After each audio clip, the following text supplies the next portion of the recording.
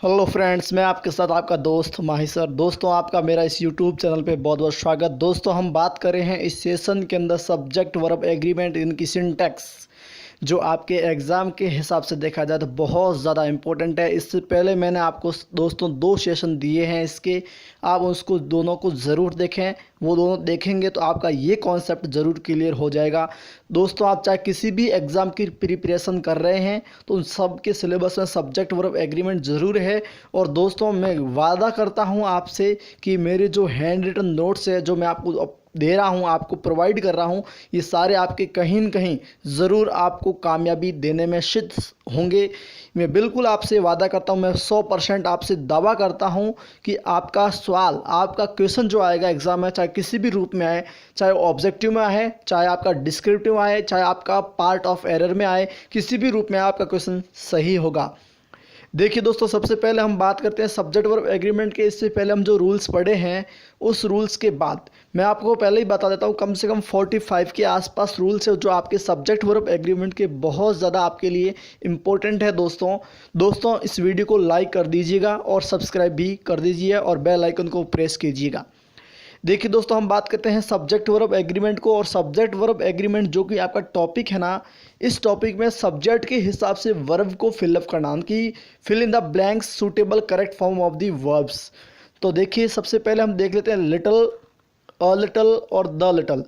मैं आपको बता दूं, लिटल का मतलब छोटा छोटा या थोड़ा होता है, और ये लिटल आता है अनकाउंटेबल के बाद, ये फिक्स है। और अनकाउंटेबल के रूप में इट भी आ सकता है, या दिस भी आ सकता है, दैट भी आ सकता है, और एवरीथिंग भी आ सकता है। कुल मिला के ये लिटल आता है अनकाउंटेबल के हिसाब से। और अनकाउंटेबल हमेशा के लिए दोस्तों सिंगुलर हुआ करते हैं। तो लिटल जहाँ आएगा उस सेंटेंस में जो वर्ब आएगी वो आपका वर्ब सिंगुलर लेकर ही आएगी। दोस्तों मैंने आपको एक नियम बताया था कि ऑफ प्रेपोजिशन से पहले, इस ऑफ देखो, इस सब में ऑफ दिख रहा है। मैंने कहा था प्रेपोजिशन से पहले जो नाउन होता है, उस नाउन या प्रोनाउन के अकॉर्डिंग आपके वर्ब फिलअप की जाती है। यहाँ ऑफ से पहले आपको little, a little, the little मिला, तब आपके यहाँ पर जो भी आया हुआ उससे आपका कोई लेना देना नहीं होगा।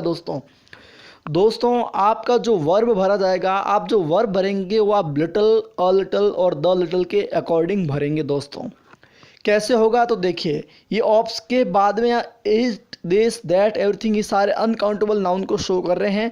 आपको वर्ब इसके अकॉर्डिंग, यानी कि वर्ब कैसी आएगी, सिंगुलर आएगी। एग्जाम्पल से आपका डाउट क्लियर हो जाएगा। लिटल ऑफ दैट, अब यहाँ दैट से आपका कोई लेना देना नहीं है। आपको इस ऑफ से पहले क्या है, लिटल है, और लिटल आता है अनकाउंटेबल से पहले।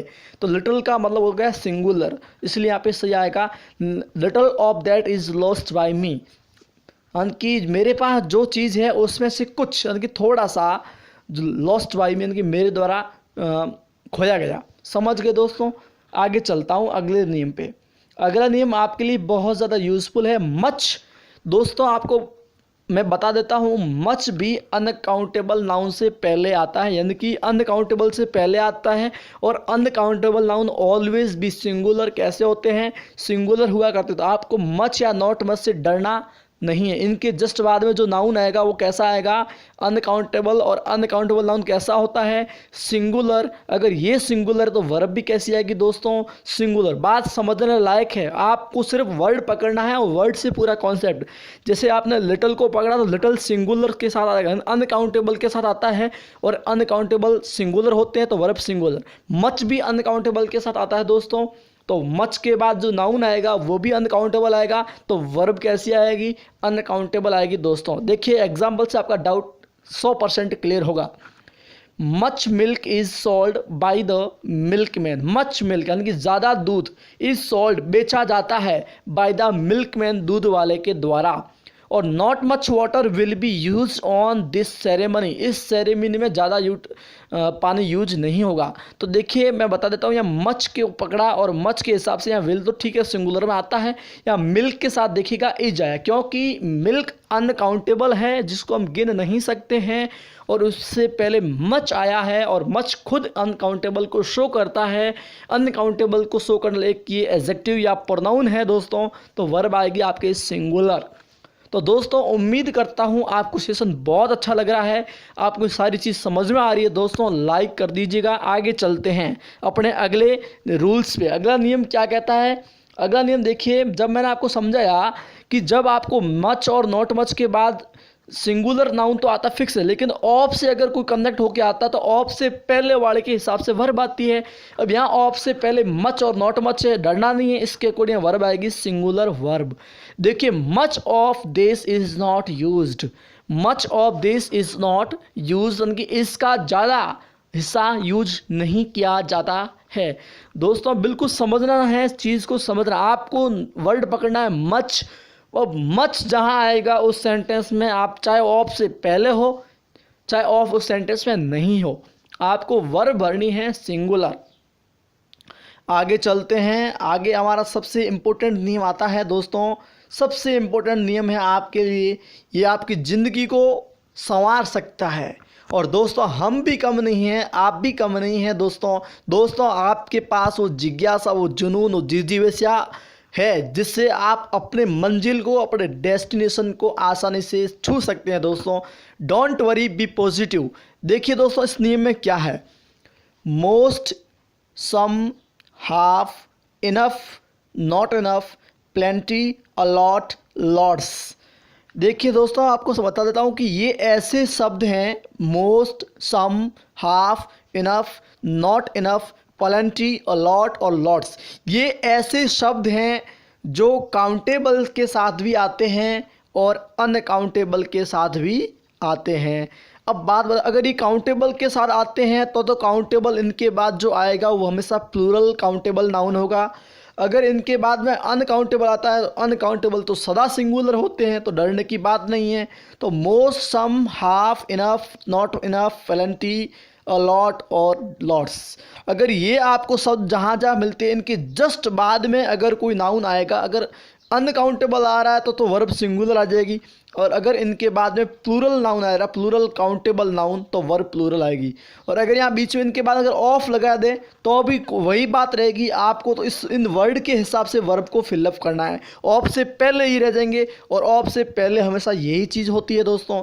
तो दोस्तों बता देता हूँ, आपका नियम ये कह रहा है, अगर आपको इंग्लिश के सेंटेंस में most, some, half, enough, not enough, plenty, a lot और लॉट्स ये मिलते हैं, इनके बाद में अगर सिंगुलर अनकाउंटेबल नाउन है तो वर्ब सिंगुलर आएगी, अगर प्लूरल काउंटेबल नाउन है तो वर्ब प्लूरल आएगी।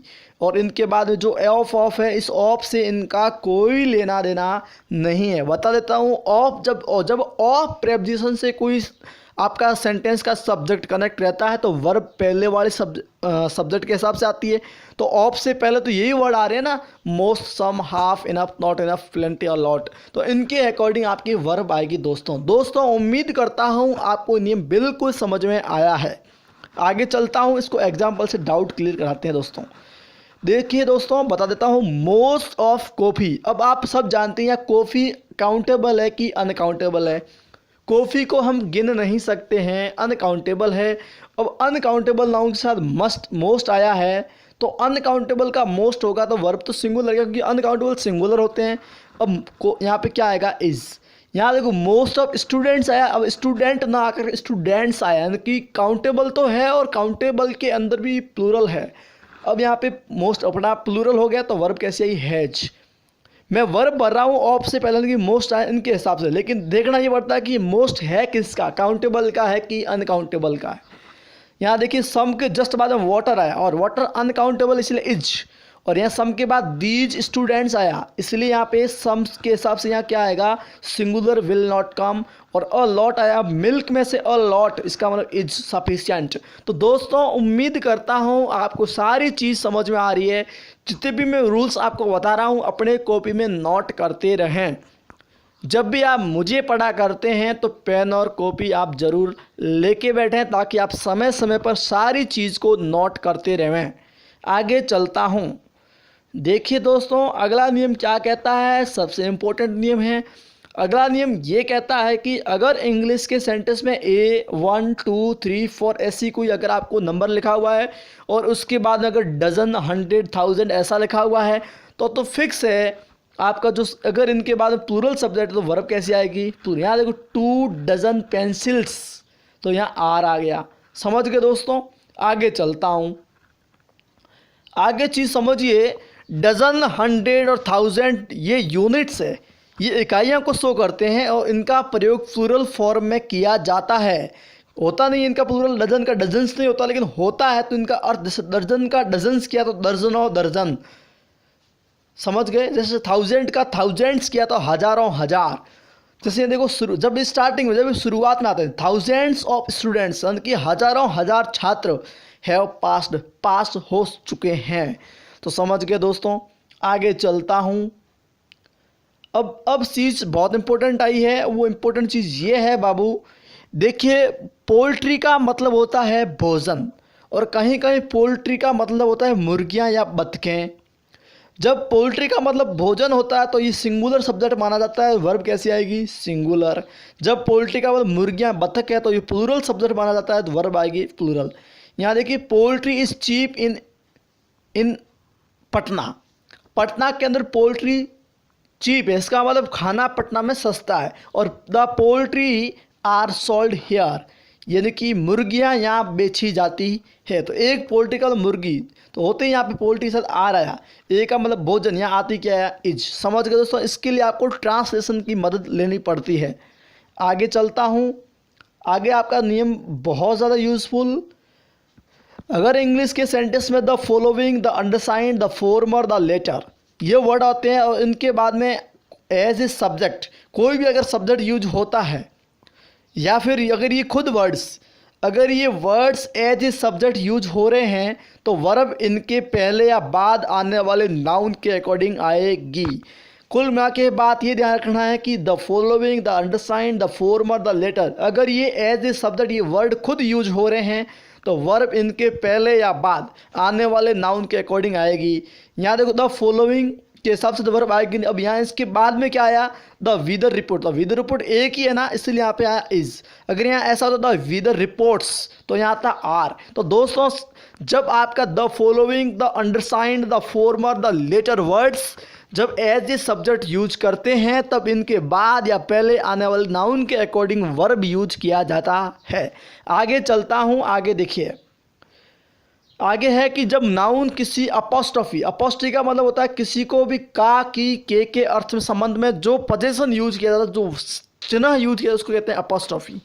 तो नाउन के बाद जब अपोस्ट्रोफी आया फिर नाउन आया, तो वर्ब इसमें verb according to second noun कि एक नाउन ये रहा, एक ये रहा, फिर अपोस्ट्रोफी बीच में ऐसा करके ऐसा होगा डैश, ऐसे करके ऐसे डैश होगा, उसे बोलते हैं, इसको बोलते हैं अपोस्ट्रोफी। जैसे राम्स बुक, श्याम्स पेन, जिसको हम ये भी कह सकते हैं pain of Shyam, book of Ram, जिसको शॉर्टकट में राम्स बुक कहते हैं। तो इसमें सेकंड नाउन के अकॉर्डिंग वर्ब आती है। जैसे देखिएगा अब यहाँ राम्स बुक, बात राम की नहीं हो रही है, राम की बुक की हो रही है, जो कि कैसी है, लाल है, या राम लाल है, नहीं। तो इस बुक के हिसाब से वर्ब आएगी इज। राम्स बुक्स हुआ तो यहाँ आर हो गया, राम्स पेन हुआ तो इज मोस्ट लाइक बाय मी। समझ गए दोस्तों उम्मीद करता हूँ आपको सेशन बहुत अच्छा लगा। आप इसको अधिक से अधिक दोस्तों शेयर करेंगे। दोस्तों मैं उम्मीद करता हूँ आपकी तैयारी सही ढंग से चल रही है। लॉकडाउन चल रहा है, आप अपने घर में ही रहें दोस्तों, आराम से आप घर में बैठ के पढ़िएगा। थैंक यू सो मच, बस आप मेरे से जुड़े रहें। आपका बहुत बहुत शुक्रिया, धन्यवाद।